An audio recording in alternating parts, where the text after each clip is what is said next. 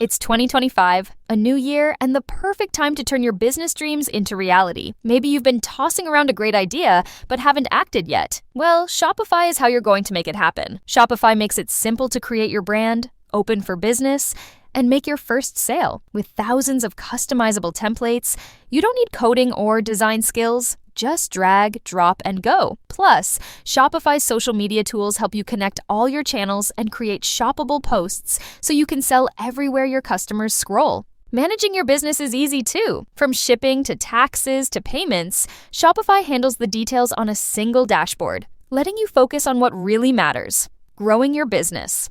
Established in 2025 has a nice ring to it. This message comes from Greenlight. Ready to start talking to your kids about financial literacy? Meet Greenlight, the debit card and money app that teaches kids and teens how to earn, save, spend wisely, and invest with your guardrails in place. With Greenlight, you can send money to kids quickly, set up chores, automate allowance, and keep an eye on your kids' spending with real-time notifications. Join millions of parents and kids building healthy financial habits together on Greenlight. Get started risk-free at greenlight.com/audio. Thank you for being an incredible supporter of the 10X Podcast Group, the home of the skillful art of manipulation.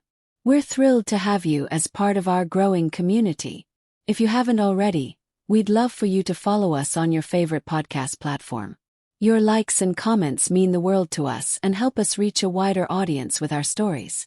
Plus, with new episodes released every day, your feedback plays a vital role in shaping what we create. It truly makes a difference. Your loyalty and enthusiasm fuel our passion for crafting gripping tales, and we're so grateful for your support. Today, we're excited to present The Altruistic Manipulator, a story that promises to keep you on the edge of your seat. Let's dive into this thrilling narrative together. Chapter 1. Benevolent Beginnings. The soft glow of chandeliers illuminated the grand ballroom, their light refracting off the crystal glasses and gilded decor. The hum of polite laughter and clinking glasses filled the air as New York's elite mingled, their expensive perfumes mingling in a heady mix. It was an event carefully orchestrated to exude exclusivity and class, a gala for the esteemed Ellis Foundation, hosted by the enigmatic Margot Ellis herself. Margot stood at the center of the room, effortlessly commanding attention. Her emerald green gown hugged her slender figure, a perfectly tailored symbol of elegance. She held a glass of champagne in one hand, her other hand resting lightly on the arm of a prominent senator, whose laughter punctuated her carefully chosen words. Margot's smile was disarming, her demeanor magnetic. To the crowd, she was a beacon of philanthropy, a woman who had risen above adversity to become a symbol of hope. To herself, she was something entirely different. Margot had spent years perfecting her craft, manipulation disguised as charm, lies cloaked in philanthropy. She was a woman who thrived on control, and this gala was her latest masterpiece. Every guest, every conversation, every subtle cue had been planned to perfection. This wasn't just a charity event. It was her stage, and she was the star. As the senator excused himself to greet another guest, Margot scanned the room, her gaze calculated and predatory. Her eyes landed on Ethan Hale, standing near the edge of the room, his posture slightly awkward among the crowd of polished socialites. He was younger than most of the attendees, his dark suit simple yet well-fitted. Margot recognized the glint of nervous determination in his eyes, the kind she had learned to exploit. Ethan Hale was no stranger to the world of finance. He had made a name for himself as a consultant with a knack for salvaging failing organizations, particularly non-profits. His reputation for integrity preceded him, and it was precisely why Margot had invited him tonight. She had read his profile, studied his interviews, and even rehearsed the lines she would use to draw him in. Time to make her move. With the grace of a dancer, Margot glided across the room, her smile widening as she approached Ethan. His eyes flicked to hers, and she saw the momentary surprise before he composed himself. She extended her hand, her voice warm and inviting. "Ethan Hale, isn't it? I'm Margot Ellis. I've been eager to meet you." Ethan's surprise turned into a polite smile as he shook her hand. "The pleasure is mine, Ms. Ellis.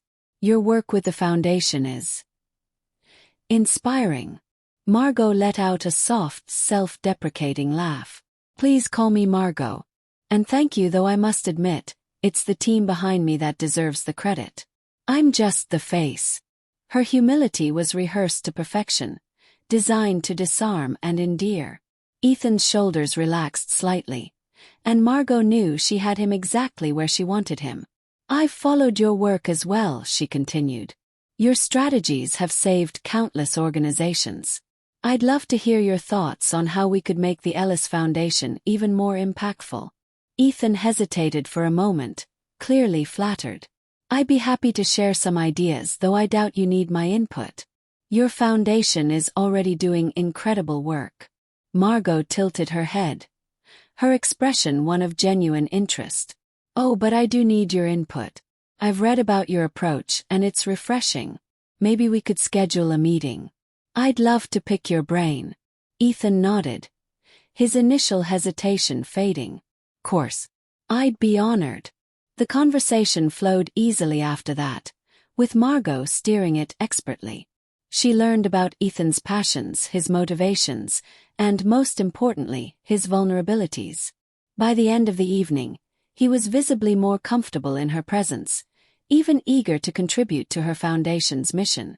As the night wound down and the guests began to trickle out, Margot stood by the entrance, bidding them farewell with the same poise she had maintained throughout the evening. When Ethan approached to say goodnight, she slipped a business card into his hand.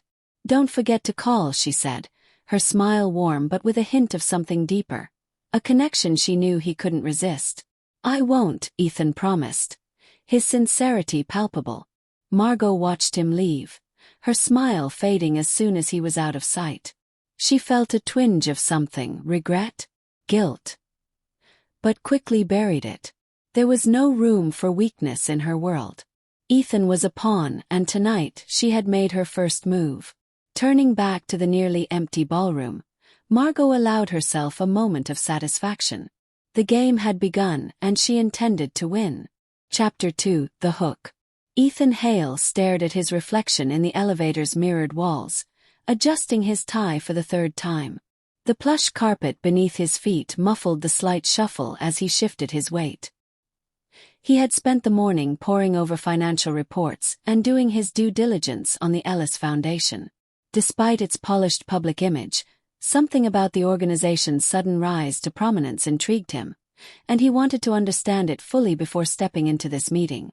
When the elevator doors slid open, he was greeted by a sleek reception area with minimalist decor. The walls were adorned with framed photos of smiling children, clean water wells, and Margot Ellis cutting ribbons at various community events. The carefully curated gallery screamed authenticity, but to Ethan's trained eye, it was as much a branding exercise as it was a celebration of philanthropy. "Mr. Hale."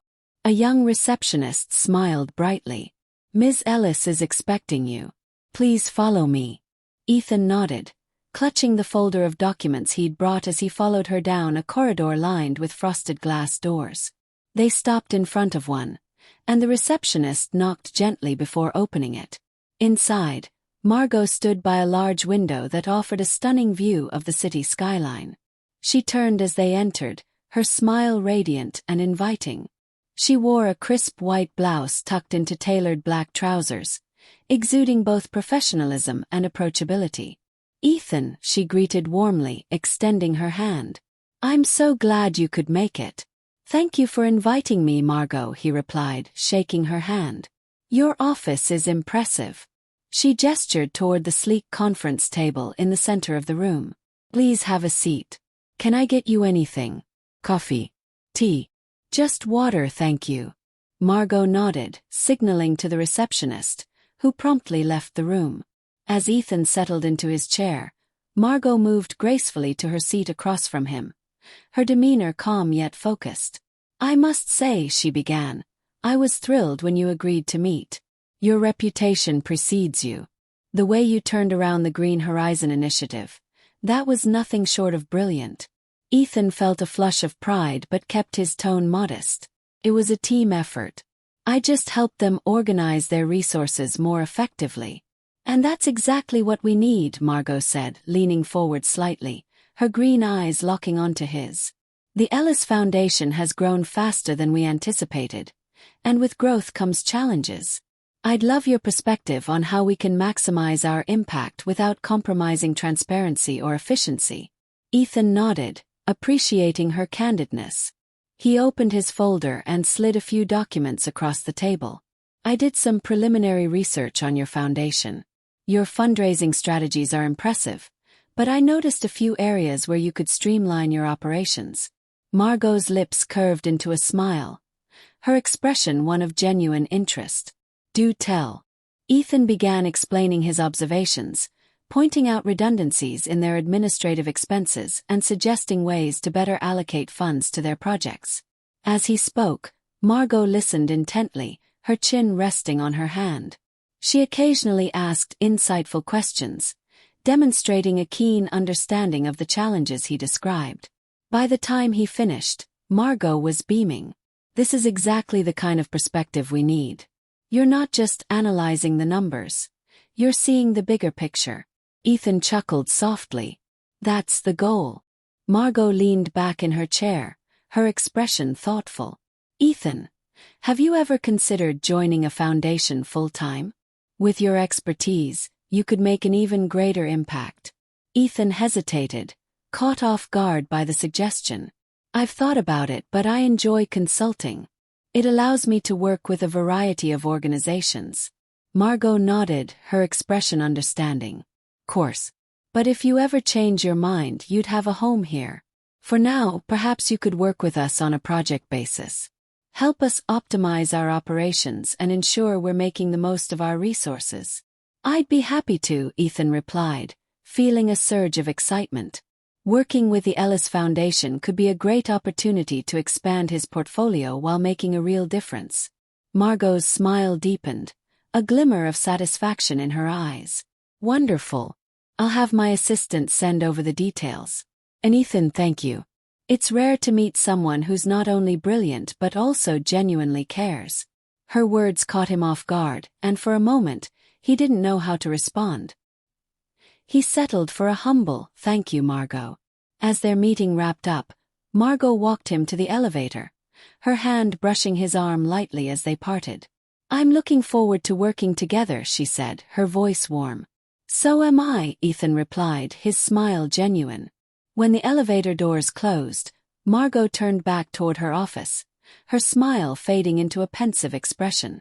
She closed the door and moved to her desk, her fingers tracing the edge of a sleek pen. Ethan had been easy to hook. Almost too easy. But Margot knew the hardest part of manipulation wasn't reeling someone in. It was keeping them on the line without getting caught.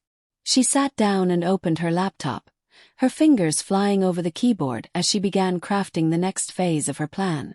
Ethan was smart, but Margot was smarter. She just had to stay one step ahead. As the city skyline bathed in the golden hues of sunset, Margot leaned back in her chair, her confidence growing. She had found her mark. Now it was time to execute the game. Chapter 3: Shadows in the Spotlight. The hum of Margot's office buzzed quietly as she stood by the window, watching the city below come alive in the glow of evening lights. She cradled a glass of wine, savoring the momentary peace. On her desk lay a folder containing detailed financial reports Ethan had sent earlier in the day. His insights were sharp, his recommendations precise. A goldmine for someone like her, who thrived on identifying and exploiting opportunities.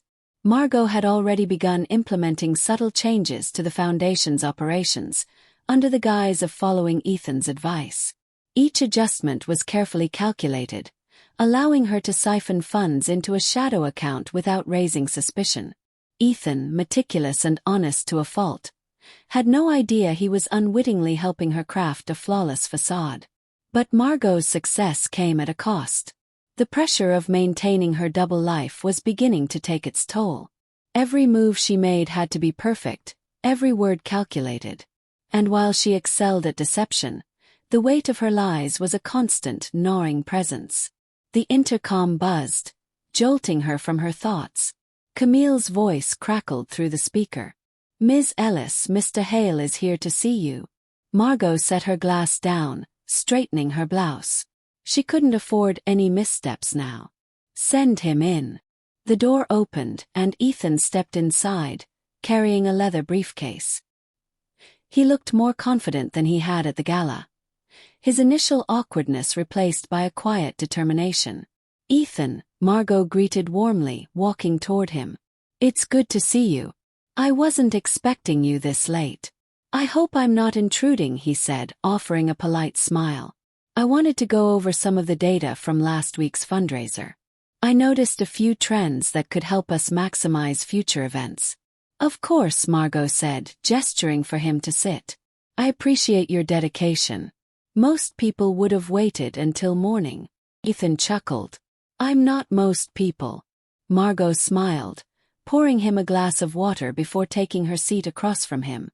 "That much is clear." As Ethan began laying out his findings, Margot listened intently, nodding at the right moments, asking questions that reinforced her image as a dedicated philanthropist. But beneath her composed exterior, her mind was racing. Ethan's thoroughness was both a blessing and a curse. While it allowed her to refine her plans, it also meant she had to be constantly vigilant. One oversight, one slip, and he could unravel everything. Midway through their discussion, Ethan paused, his brow furrowing. "There's one thing I wanted to ask about," he said, hesitating.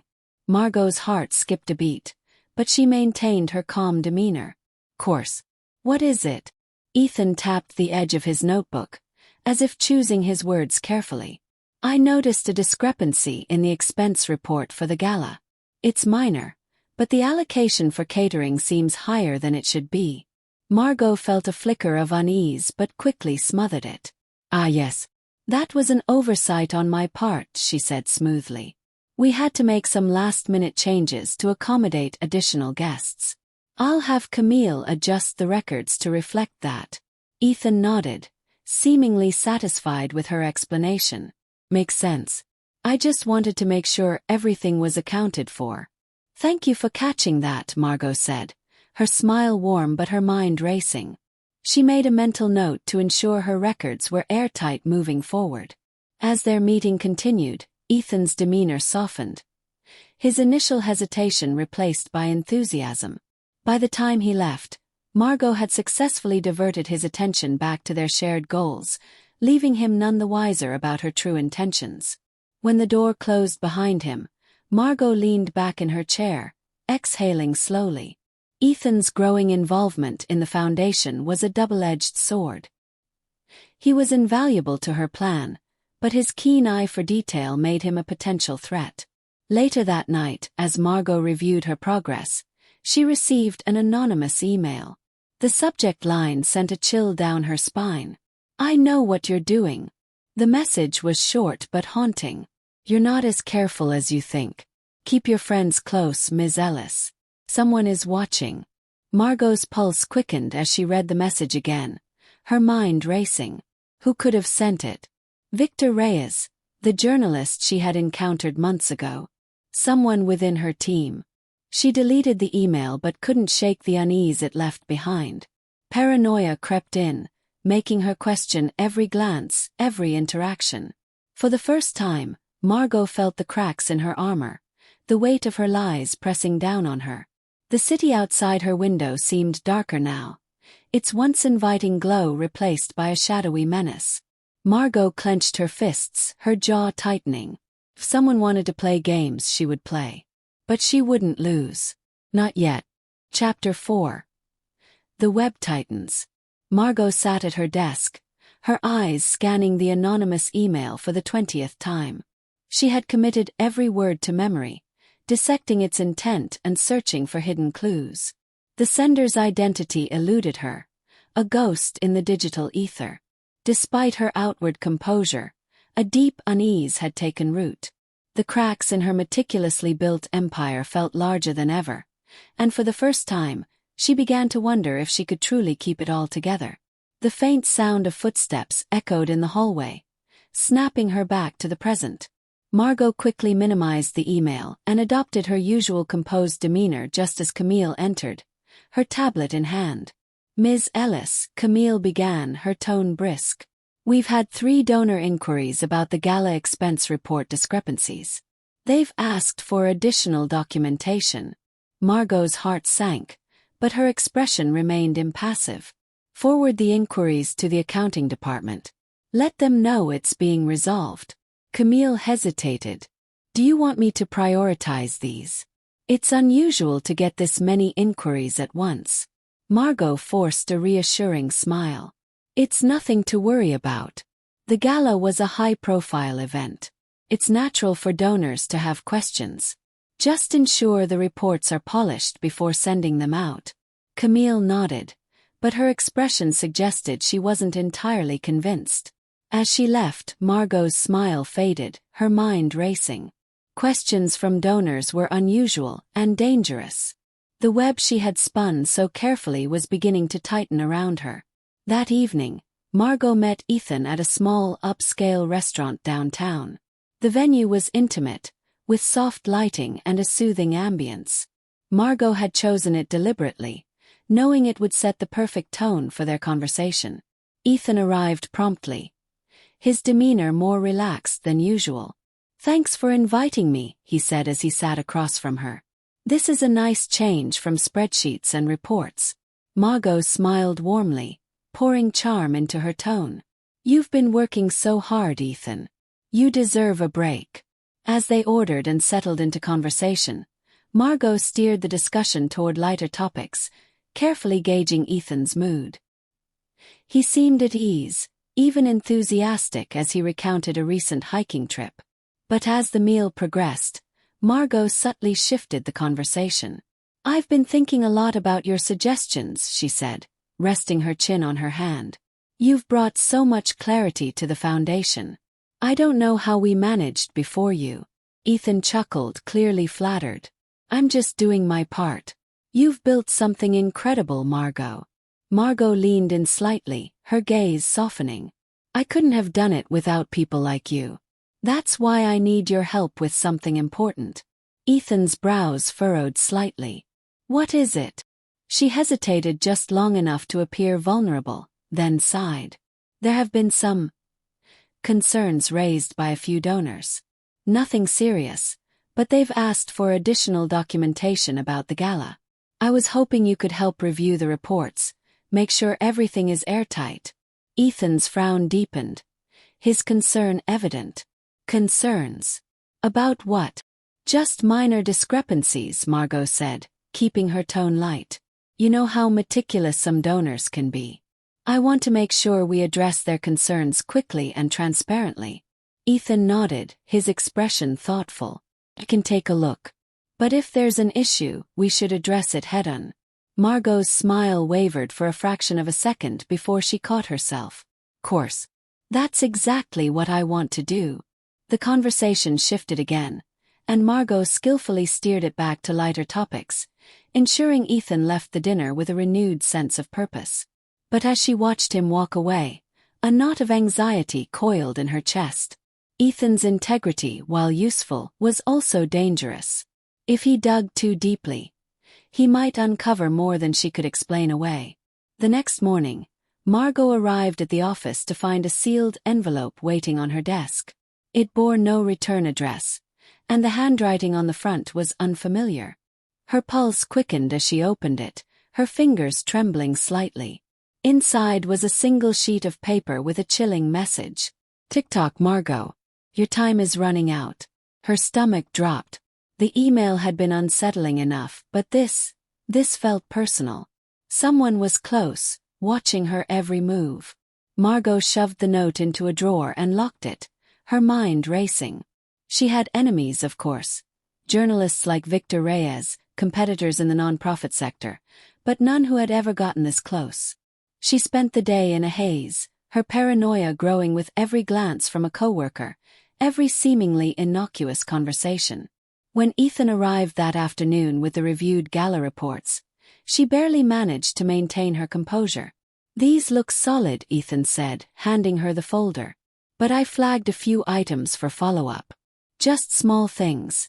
Vendor contracts and expense receipts. Margot forced a smile, her voice steady despite the panic clawing at her. Thank you, Ethan. I'll make sure Camille addresses those.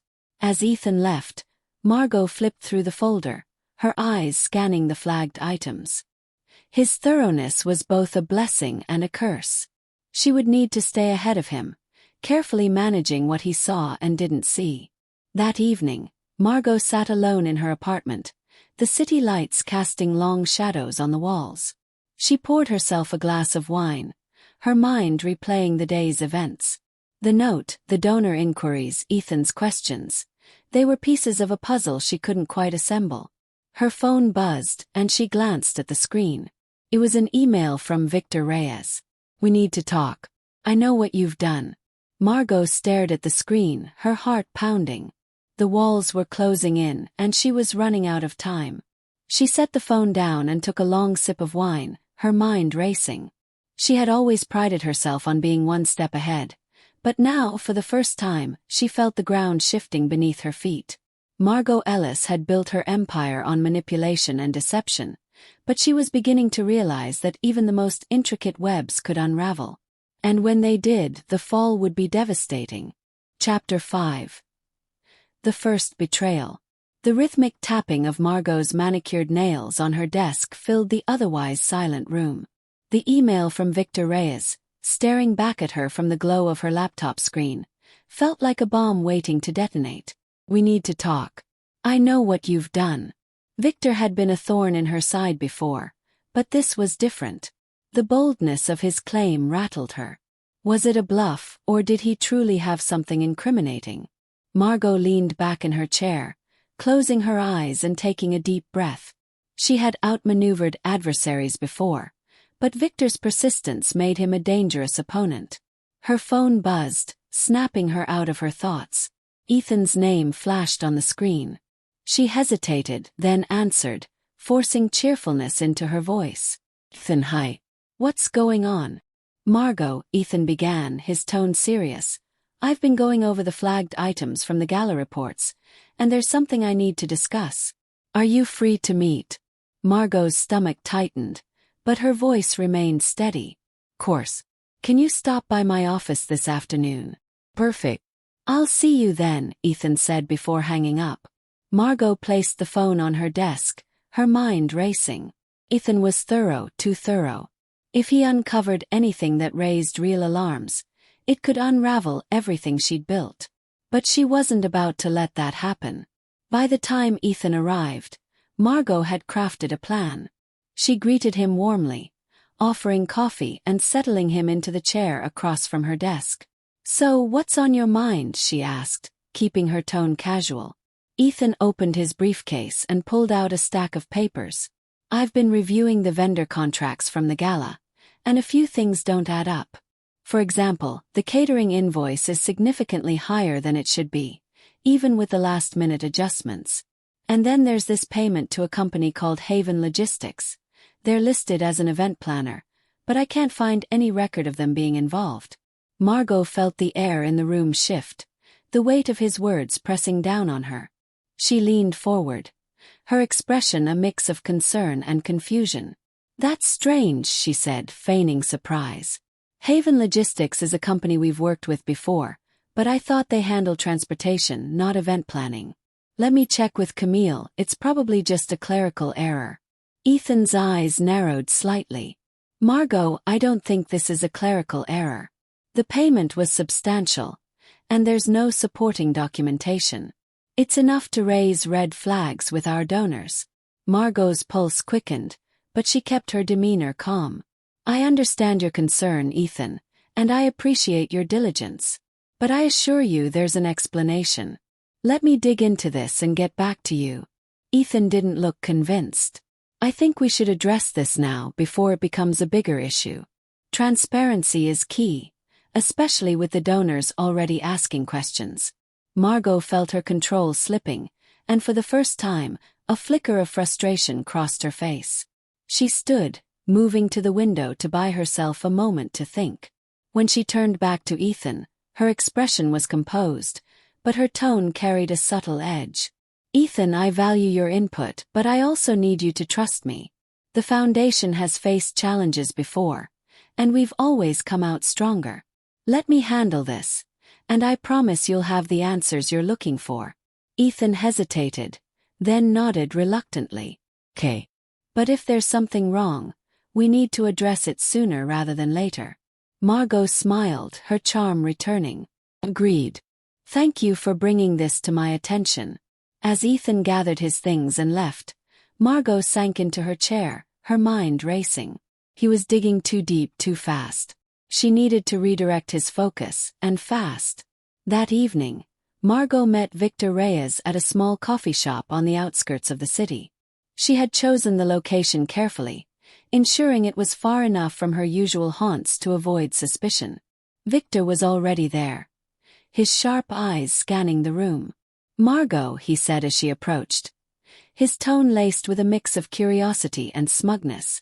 "Victor," she replied, sliding into the seat across from him. "I got your email. What do you want?"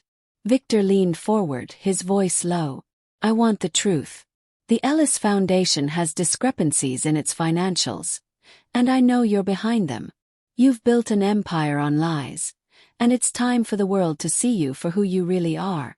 Margot's heart raced, but her expression remained cool. "That's a bold accusation, Victor. Do you have proof?"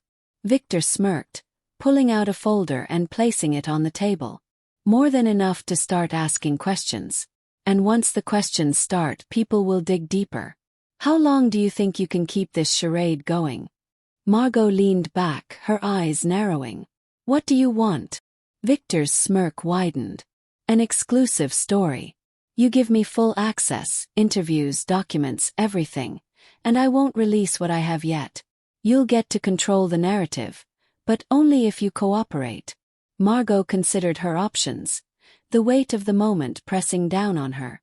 Victor was a problem she couldn't ignore, but she couldn't afford to give him the upper hand. "You'll hear from me soon," she said, rising from her seat. "Don't take too long," Victor called after her. "Time isn't on your side." Back in her apartment, Margot poured herself a drink, her hands trembling. Between Ethan's suspicions and Victor's threats, the walls were closing in. For the first time, she felt the cracks in her facade deepening, the weight of her lies threatening to crush her.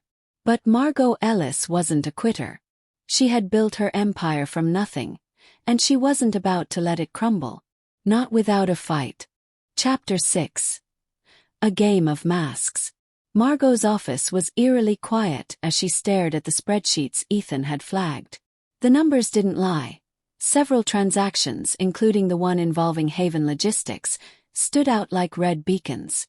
Each entry tied back to her carefully concealed web of siphoned funds. For years, she had operated with meticulous precision, but now the noose was tightening. She leaned back in her chair, her mind working through the chaos. Ethan's suspicions, Victor's threats, and the anonymous warnings. It was all closing in faster than she had anticipated. She needed to regain control, and she needed to do it now. A soft knock on her door interrupted her thoughts. Camille entered, holding a stack of papers. "These are the finalized donor reports," Camille said, placing them on Margot's desk. Her tone was calm, but Margot noticed a flicker of hesitation in her assistant's eyes. "Thank you," Margot replied, keeping her voice steady. "Camille, have you noticed anything unusual in the office recently? Emails, phone calls, anything out of the ordinary?" Camille frowned. "No, nothing that I can think of. Is everything okay?" Margot forced a reassuring smile. "Just being cautious. We've had some donor inquiries, and I want to make sure everything is in order." Camille nodded, but Margot could tell she wasn't entirely convinced. As her assistant left, Margot felt a pang of unease. Trust was a luxury she couldn't afford, not even with her closest allies. That evening, Margot sat in her dimly lit living room, sipping her second glass of wine. She had spent hours crafting a plan to redirect Ethan's focus and buy herself more time. Her phone buzzed, and she glanced at the screen. It was Ethan. She let the call ring twice before answering, her voice bright and welcoming. "Ethan, how are you?" "I've been thinking about the gala discrepancies," Ethan said without preamble. "I want to dig deeper into the vendor contracts. If there's an issue, we need to identify it quickly." Margot's grip tightened on her glass. "I completely agree," she said smoothly. "But I don't want you burning yourself out. You've been working non-stop, and I worry you're taking too much on." Ethan hesitated, clearly not expecting her concern. "I'm fine, Margot. This is important." "It is," she agreed, injecting warmth into her tone. "But your health is important too. How about this? Let me handle the vendor contracts. You've already done so much, and I don't want to burden you with more."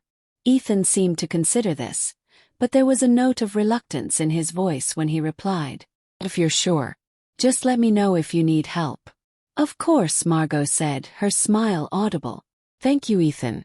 I don't know what I'd do without you." As the call ended, Margot set her phone down, a faint smirk playing on her lips. She had successfully deflected him, for now. The next day, Margot received another email from Victor Reyes. This time, it contained a series of attachments, scans of documents that showed irregularities in the foundation's financials. His message was simple. "I've only scratched the surface. Care to explain?" Margot's blood ran cold as she opened the files. Victor had uncovered transactions that tied directly to her shadow accounts. He didn't have the full picture yet, but he was close enough to be dangerous. She quickly drafted a reply. "Victor, I'm willing to meet again to discuss this. Let's find a resolution that works for both of us." She hit send and leaned back, her mind racing. Victor was a threat she couldn't neutralize with charm alone. If he continued digging, he could destroy everything. Later that afternoon, Margot called a meeting with Camille and the Foundation's legal advisor, Jacob Weston. As they gathered in her office, Margot exuded confidence, her mask firmly in place. "We've had some inquiries about the gala's finances," she began, her tone brisk. "I want to ensure we're fully transparent and compliant. Jacob, I need you to review all our vendor contracts and prepare a statement addressing the concerns." Jacob nodded, his expression serious. "Course. I'll get started immediately." "Camille," Margot continued, turning to her assistant, "I need you to organize a team to audit our records.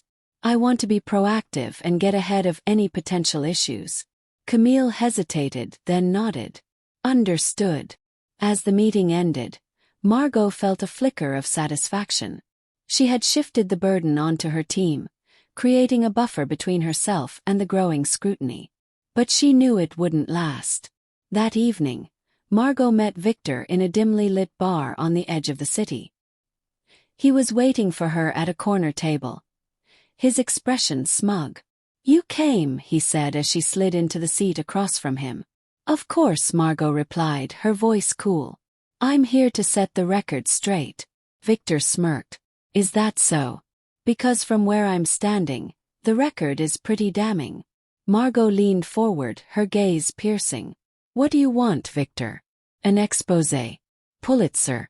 Or something more tangible?" Victor's smirk faltered, and Margot knew she had struck a nerve. "I want the truth," he said, his tone hardening. "The truth," Margot repeated, her voice low. "The truth is, you don't have the whole picture. You're working with fragments, and you're drawing the wrong conclusions. But I can help you find the real story, if you're willing to work with me." Victor studied her, his expression skeptical but intrigued. "I'm listening." Margot leaned back, a faint smile playing on her lips. "Good. Let's start with what you think you know." As the conversation unfolded, Margot skillfully fed Victor just enough information to keep him interested, weaving a narrative that painted her as a victim of internal sabotage rather than the mastermind. When she left the bar that night, she felt a renewed sense of control. Victor wasn't neutralized, but he was distracted, at least for now.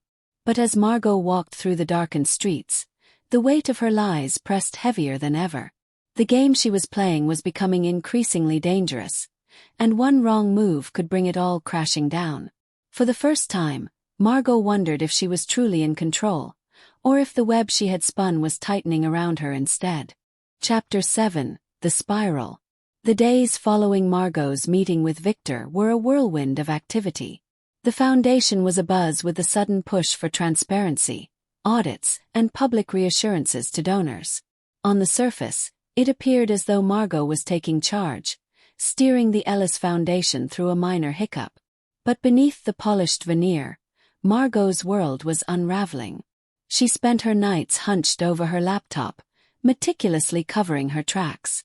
Bank records were altered, emails deleted, and false leads planted to misdirect anyone who might stumble too close to the truth. Her once sophisticated system of manipulation now felt like a fragile house of cards, threatening to collapse with every passing moment. Ethan's discovery. Ethan Hale wasn't one to let go of loose ends. While Margot had temporarily deflected his attention, a nagging feeling in the back of his mind kept him digging.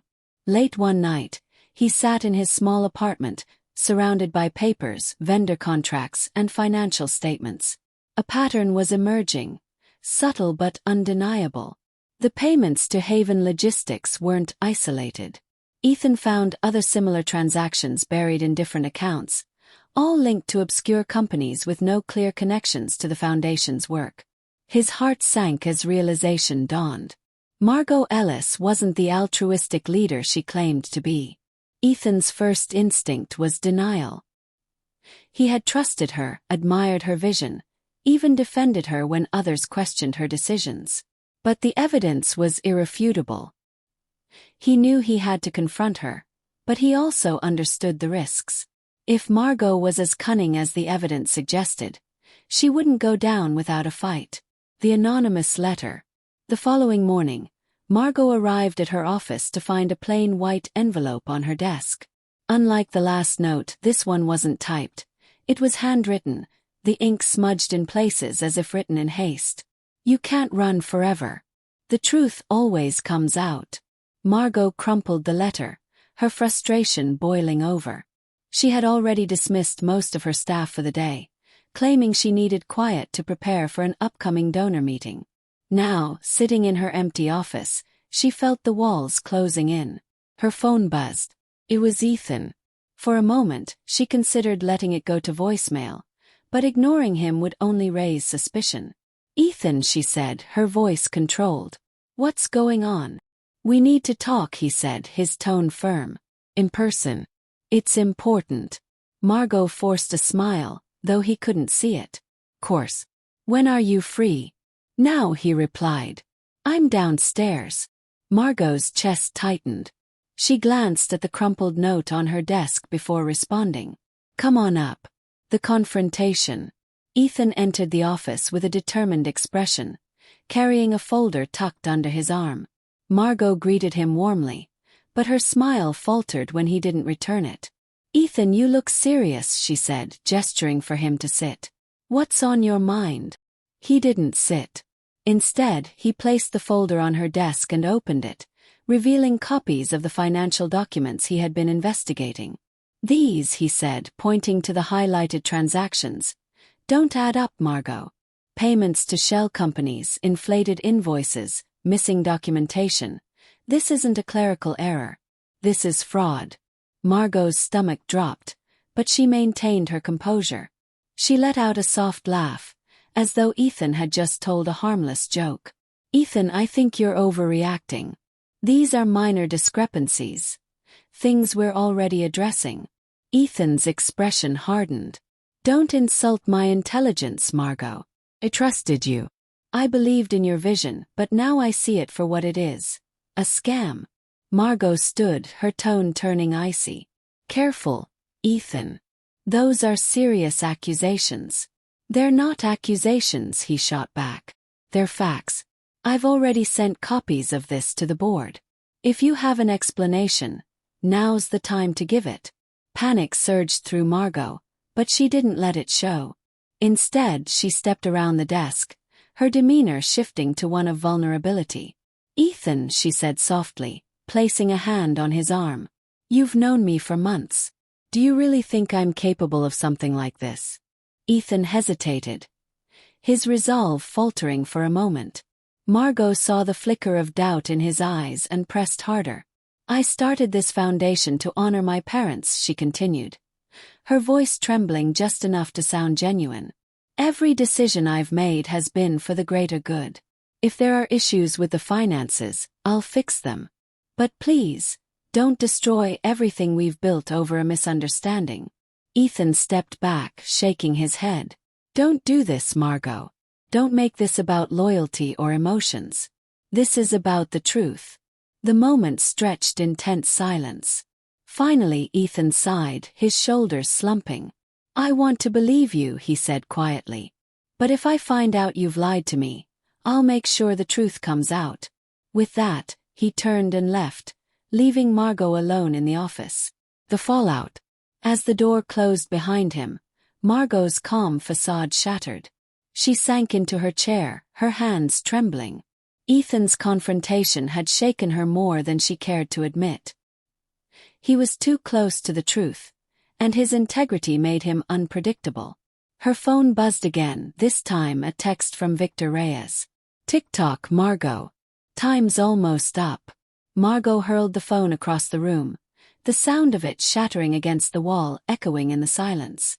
For the first time, she felt truly trapped, the weight of her lies crushing down on her. She had built her life on manipulation, but now the game was spiraling out of her control. Every move she made seemed to tighten the web around her, pulling her closer to the inevitable reckoning.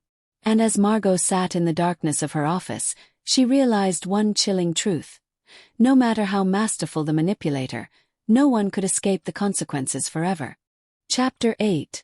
The Unraveling. The Ellis Foundation was buzzing with activity, but Margot felt like a ghost drifting through its halls. Every smile she offered, every meeting she led, and every word she spoke felt like a thread unraveling from the tapestry of her carefully constructed life. Ethan's confrontation had shaken her, but it was Victor's constant pressure that gnawed at her mind like an insidious worm. She sat at her desk, staring at the stack of donor reports Camille had compiled. The numbers were clean, polished, and thoroughly reviewed. On the surface, everything appeared to be in order. But Margot knew the truth. The illusion she had created was crumbling, and the clock was ticking down to the moment when it would all come crashing down. Victor's ultimatum. That afternoon, Margot met Victor Reyes again, this time in a nondescript diner on the outskirts of the city. She chose the location for its anonymity, but Victor seemed unbothered by discretion. He sat at a booth near the window, sipping coffee and tapping his fingers impatiently on the table. "Margot," he greeted as she slid into the seat across from him. "You're later than I expected." "I don't answer to you, Victor," she replied, her tone cold. "If you want to talk, let's get on with it." Victor smirked, leaning back in his seat. "You're bold for someone whose empire is about to collapse." Margot crossed her arms. "If you had anything solid, you wouldn't be sitting here. So what do you want, Victor?" He leaned forward, his smirk fading. "I want the exclusive story. No spin, no lies. Just the truth about how you've been funneling money from your so-called charity into your personal accounts. Give me that, and maybe I'll go easy on you." Margot's heart raced, but she forced herself to remain calm. "You want to paint me as a villain, Victor, but you don't understand the whole picture." "Then enlighten me," he said, his tone dripping with sarcasm. She leaned forward, her voice low and measured. "Do you know what it takes to run a foundation like this? To keep the money flowing, the donors happy, and the public convinced you're making a difference. It's not clean, Victor. It's messy, and sometimes you have to bend the rules to make it work." Victor's eyes narrowed. "So you're admitting it?" "I'm saying that nothing is as black and white as you think," Margot shot back. "You want to tear me down. Fine. But what happens to the thousands of people who rely on this foundation when you do? Have you thought about that?" For a moment, Victor seemed to hesitate, but then his expression hardened. "Nice try, Margot. But you're not talking your way out of this. You've got until the end of the week to come clean, or I go public." He stood, leaving a few bills on the table, and walked out without another word. Margot sat there for a moment, her hands trembling under the table. The walls were closing in faster than she'd anticipated. Ethan's revelation. Back at the office, Ethan worked late into the night. His resolve to uncover the truth had grown stronger since his confrontation with Margot. The inconsistencies in the foundation's finances couldn't be ignored, and the more he dug, the more troubling connections he found. His heart sank as he uncovered a series of offshore accounts tied to the foundation, all leading back to Margot. Each transaction was meticulously disguised, but the pattern was unmistakable. He stared at the screen, the weight of his discovery pressing down on him. Ethan picked up his phone and dialed Camille. "Camille, it's Ethan," he said when she answered. "I need to talk to you. It's about the foundation." "What's going on?" Camille asked, her voice laced with concern. "Not over the phone," Ethan replied. "Can you meet me at the office in an hour?" "I'll be there," she said. Ethan hung up, his mind racing. He couldn't do this alone. If he was going to expose Margot, he needed allies, and Camille was the only person he trusted. The breaking point. Margot paced her apartment, her mind spinning with plans and counterplans. Victor's deadline loomed large, and Ethan's growing suspicions were a ticking time bomb. She poured herself a glass of wine, but the liquid did little to calm her nerves. Her phone buzzed with a message from Camille. "Ethan asked to meet. He says it's urgent. Should I be worried?" Margot's breath caught. Ethan and Camille were talking. Panic surged through her, but she forced herself to think. If Ethan had involved Camille, it meant he was close to exposing her. She couldn't let that happen. Quickly, she composed a reply. "Stay calm. Let me handle it." Margot grabbed her coat and headed out. She wasn't sure what she was going to do, but she knew one thing. She couldn't let Ethan derail her plans. A dangerous confrontation. When Margot arrived at the office, the building was dark except for the glow of a single office window. She made her way upstairs, her heels clicking against the tile floor. She found Ethan and Camille in the conference room, their expressions grim as they pored over documents spread across the table. "Working late," Margot said, her voice cutting through the silence. Ethan and Camille looked up, surprise and guilt flashing across their faces. "Margot," Ethan began, standing. "We need to talk." "I'm sure you do," Margot replied, stepping into the room. "But before you start throwing accusations around, maybe you should hear my side of the story." Ethan crossed his arms. "We've seen the accounts, Margot. The offshore transfers, the shell companies. It's all here." Camille looked at Margot, her expression a mixture of confusion and betrayal. "Is it true? Did you really do this?" Margot felt the weight of their gazes, but she refused to crumble. Instead, she straightened her shoulders and took a step closer. "Everything I've done," she said, her voice steady, "has been for the foundation, for the people we help. Do you think it's easy to keep this operation running? The red tape, the politics, the constant demands for results. It's impossible to play by the rules and still make an impact." Ethan shook his head. "That's not an excuse, Margot. You've betrayed everyone who trusted you. And what are you going to do about it?" Margot shot back, her tone sharp. "Destroy the foundation. Ruin the lives of the people who rely on us. Go ahead, Ethan. Be the hero." The room fell into tense silence, the air heavy with unspoken words. Finally, Ethan spoke. "I'm not trying to destroy the foundation," he said quietly. "But I can't let this continue. The truth will come out, Margot, whether you like it or not." As Ethan's words hung in the air, Margot realized the inevitable. Her empire was crumbling, and there was nothing she could do to stop it. For the first time, she felt the crushing weight of defeat. Chapter 9: The Reckoning. Margot Ellis stood in the middle of her lavish office, surrounded by everything she had built. The polished wood desk, the awards lining the shelves, the meticulously curated photographs of smiling children and impoverished communities.